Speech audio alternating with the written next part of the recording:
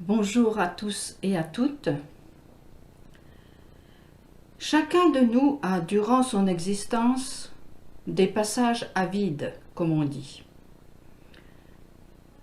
Ce vide peut être comme une page blanche ou au contraire, une page griffonnée jusqu'à ne voir que du noir où tout est mélangé.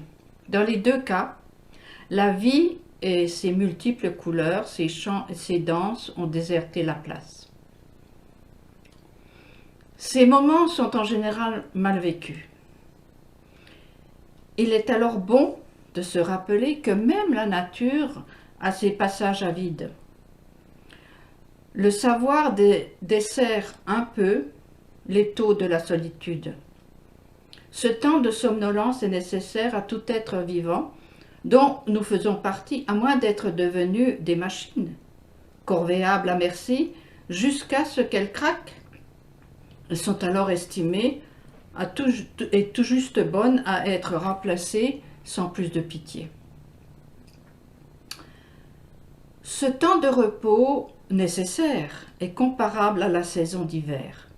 Il fait froid, les nuits sont longues, peu de couleurs, peu de chants, pas de mouvement, un peu tristouné quoi. D'où viendra le secours? D'en haut, d'en bas, de droite, de gauche? Qui écoutez, les uns disent ceci, les autres cela, mais aucune colombe ne vient avec une branche d'olivier annoncer le printemps. Personne pour nous prendre la main et dire « Viens mon ami, viens mon amie, allons ensemble ». Alors il ferait moins froid, l'espace serait moins vide, moins étouffant.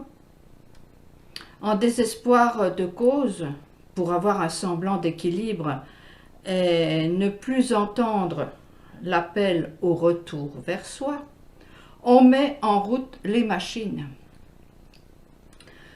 Plus cela fait du bruit, plus on peut avoir l'impression d'une vie foisonnante.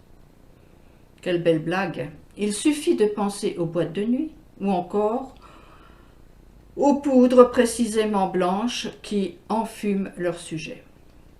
Mais laissons ces impasses pour trouver d'où viendra le secours. La Bible nous dit « Le secours vient de celui qui a fait la terre et les cieux ».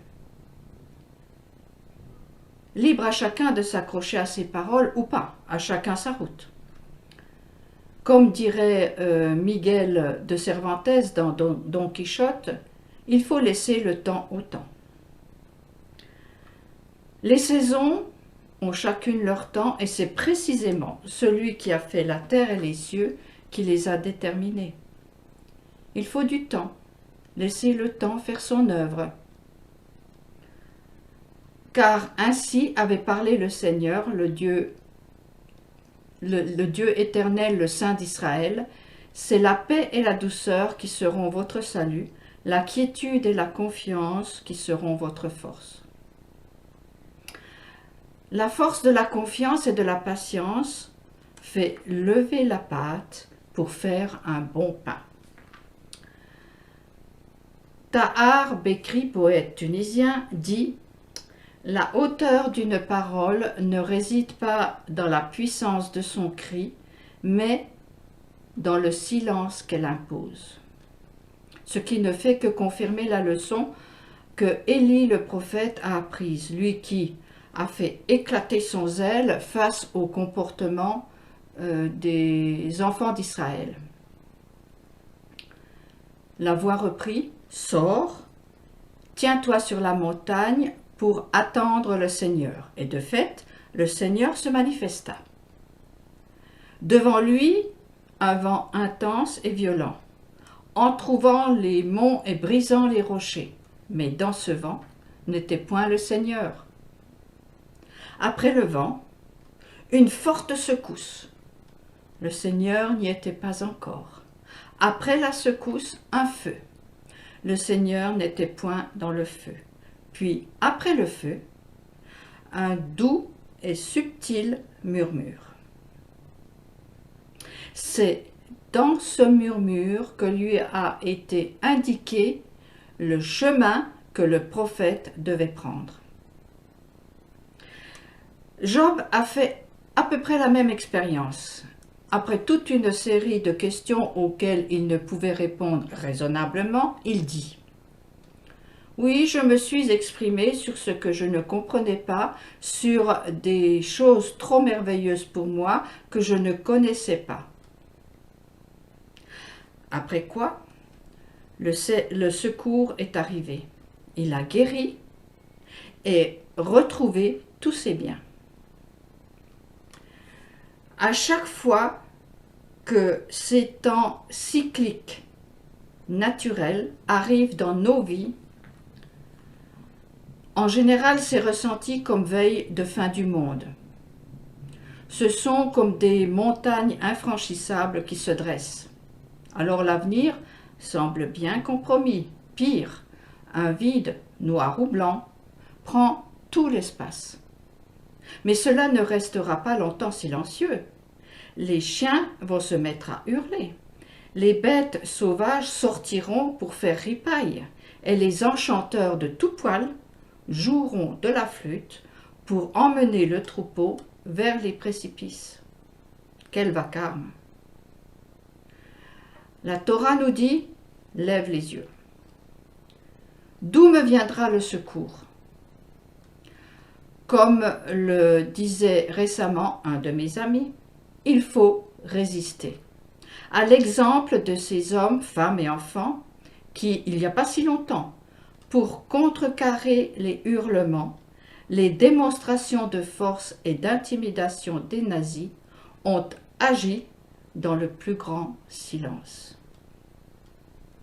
Ne pas céder à la panique, à la colère, à la peur, dominer ces forces animales qui sont la nourriture de celui qui fuira. Voilà la stratégie à adopter. Lève les yeux. Facebook, dont je ne nie pas du tout le côté positif, bien au contraire, Facebook donc a rapidement constaté que les publications qui suscitent le plus d'adhésion sont celles qui distillent la peur et la haine chez les utilisateurs. Il est plus facile d'inciter les gens à la colère qu'à toute autre émotion.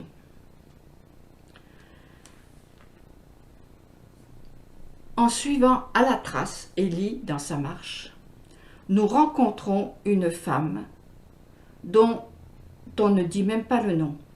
Peut-être parce qu'elle était veuve et de ce fait qu'elle n'était qu'une ombre. Autrement dit, dire qu'elle est personne. Cette femme, au bout du rouleau, va remplacer les corbeaux qui ont nourri le prophète durant la longue période de sécheresse qu'il a lui-même provoquée sur ordre de l'Éternel. Tous les jours, les corbeaux approvisionnaient Élie en eau et en viande. Et à présent, Élie demande à cette femme de l'eau et du pain. La différence mérite notre attention. La viande est ce que les Hébreux ont mangé avant de fuir, au milieu de la nuit. Mais le pain, certes sans levain parce qu'il fallait faire vite, est ce qu'ils ont mangé en marchant. L'histoire nous apprend aussi que pendant les 40 ans de traversée du désert, c'est du pain du ciel qui les a nourris. Le jour où ils ont demandé de la viande, ils l'ont reçue. Mais cela a attiré de la violence et de la colère. L'Éternel n'est pas un agité. Il n'est pas dans ce bruit, ou tout au moins, il n'aime pas être obligé d'agir ainsi. C'est dans le murmure subtil et doux de la rosée du matin qu'il est.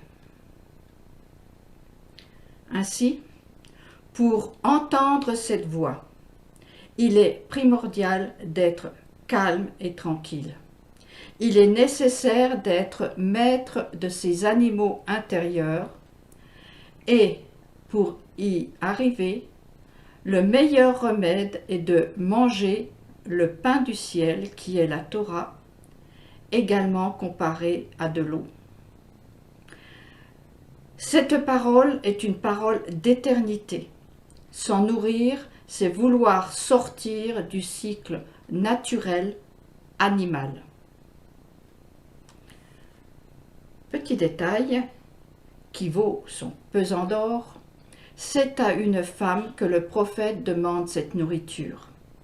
Les corbeaux ne pouvaient lui apporter que leur propre nourriture, de la viande, qui est un produit de violence.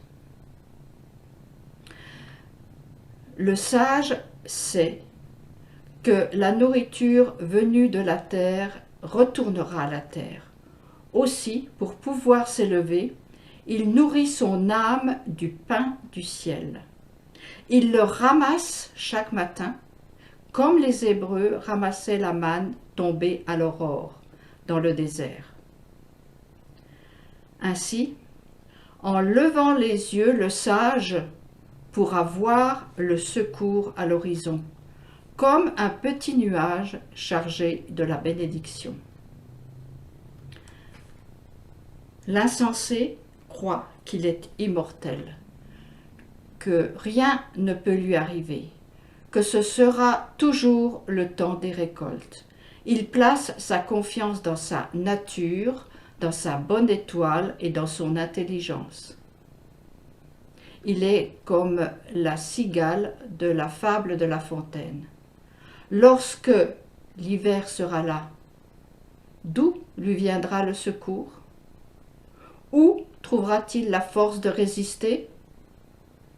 Il ne lui reste que la haine et la colère qui sont effectivement de puissantes énergies pour tuer.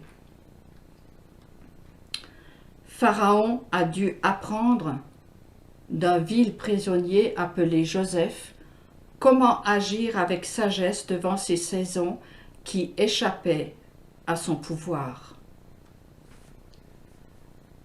Qu'on amasse toute la nourriture de ces années fertiles qui approchent, qu'on emmagasine du blé sous la main du Pharaon pour l'approvisionnement des villes et qu'on le tienne en réserve.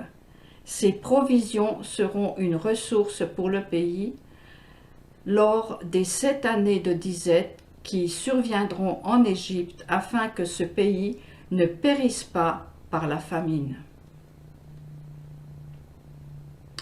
Salomon, dans ses proverbes, a bien vu les ravages que provoque la folie de celui ou celle qui ne cherche pas Dieu lorsqu'il se laisse trouver et remet toujours à demain ce qu'il doit faire aujourd'hui. Ce qui se résume par la phrase d'Ésaïe « Cherchez l'Éternel pendant qu'il se trouve, invoquez-le tandis qu'il est prêt. » Viendra un temps où il se cachera, comme un père qui s'éloigne pour que son fils apprenne à voler de ses propres ailes. C'est l'hiver et il faut vivre de ses réserves.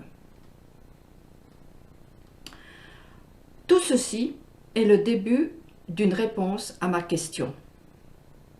Que veulent dire ces tout derniers mots du dernier prophète, Malachi?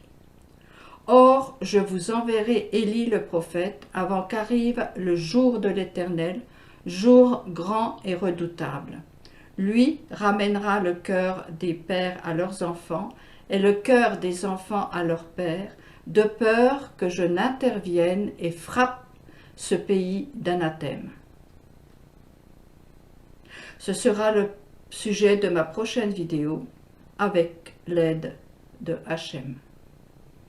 À bientôt.